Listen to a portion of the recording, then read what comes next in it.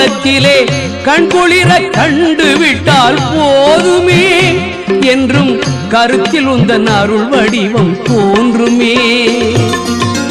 உள்ளத்திலே நீ இருக்க உன்னை நம்பி நான் இருக்க வெள்ளிமலையான் மகனே வேலையா என் வாழ்வு வளம் காண கடைக்கண் பாரையா கடைக்கண் பாரையா.